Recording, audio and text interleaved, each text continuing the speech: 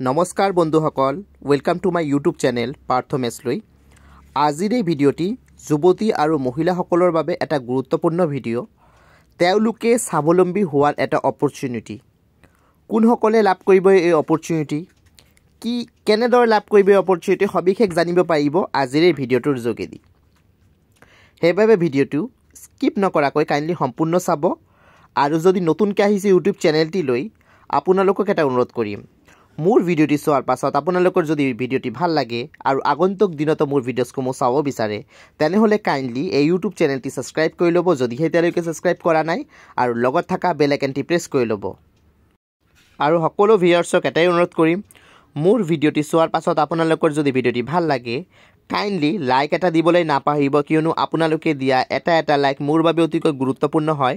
মই ইনস্পিৰেশ্যন পাওঁ সেই লাইকসমূহৰ পৰা, যেন আগন্তুক দিনত আৰু ভাল গুৰুত্বপূৰ্ণ ভিডিঅ' প্ৰস্তুত কৰি আনিব পাৰোঁ আপোনালোকৰ বাবে। সব বন্ধুসকল, এতিয়া আৰু পলম নকৰাকৈ আজিৰ ভিডিঅ'টো আৰম্ভ কৰিছোঁ। মই যিখিনি খবৰ দিবলৈ ওলাইছোঁ, এটি মহিলাসকলৰ বাবে আৰু যুৱতীসকলৰ বাবে অতিকৈ গুৰুত্বপূৰ্ণ। এইটো মই ভিডিঅ'ৰ আৰম্ভণিতে জনাইছোঁ। সব বন্ধুসকল, কথাটো হৈছে যে আংগনবাড়ীত চাকৰি ওলাইছে। এই আংগনবাড়ীত যে চাকৰি ওলাইছে, তাত আংগনবাড়ী ৱাৰ্কাৰ আৰু হেল্পাৰৰ পোষ্ট ওলাইছে। কিন্তু এই পোষ্টখিনি ওলাইছে মাজুলীত।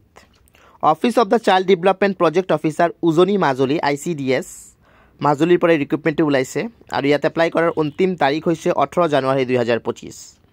আংগনবাড়ী ৱাৰ্কাৰ আৰু হেল্পাৰৰ ভেকেঞ্চিৰ এপ্লাই কৰিবলৈ হ'লে কোৱালিফিকেশ্যনছতো কথা আছে, কিন্তু এটা পাৰ্টিকুলাৰ এটা কথা আছে যে কেণ্ডিডেটসকলে এপ্লাই কৰিবলৈ হ'লে পোষ্টসমূহত তেওঁলোকে পাৰ্মানেণ্ট ৰেচিডেণ্ট হ'ব লাগিব। য'ত আংগনবাড়ী চেণ্টাৰ আছে, চেণ্টাৰৰ যিটো ছাৰ্ভে এৰিয়া আছে, সেই ছাৰ্ভে এৰিয়াৰ পাৰ্মানেণ্ট ৰেচিডেণ্ট হ'ব লাগিব। আৰু এই যে পাৰ্মানেণ্ট ৰেচিডেণ্ট হয়, ইয়াৰ লিখিত চাৰ্টিফিকেট তেওঁলোকে আনিব লাগিব গাঁও প্ৰধান অথবা ৱাৰ্ড মেম্বাৰ অথবা প্ৰেচিডেণ্টৰ ফালৰ পৰা। ঠিক আছে, এইটো হৈছে এটা বেচিক এলিজিবিলিটি ক্ৰাইটেৰিয়া। এতিয়া আহিছোঁ এডুকেশ্যনেল কোৱালিফিকেশ্যনৰ লগত জড়িত ইনফৰমেশ্যনসমূহলৈ। কোনোবাই যদি আংগনবাড়ী ৱাৰ্কাৰ হ'বলৈ ইচ্ছুক হয়, তেনেহ'লে তেওঁলোকে হাই ছেকেণ্ডেৰী পাছ থাকিব লাগিব।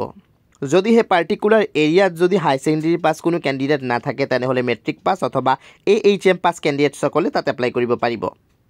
আৰু এই পোষ্টৰ বাবদ তেওঁলোকে 6,500 টকা পাৰ মাহ লাভ কৰিব, যিসকলে চাকৰিটো লাভ কৰিব তেওঁলোকে।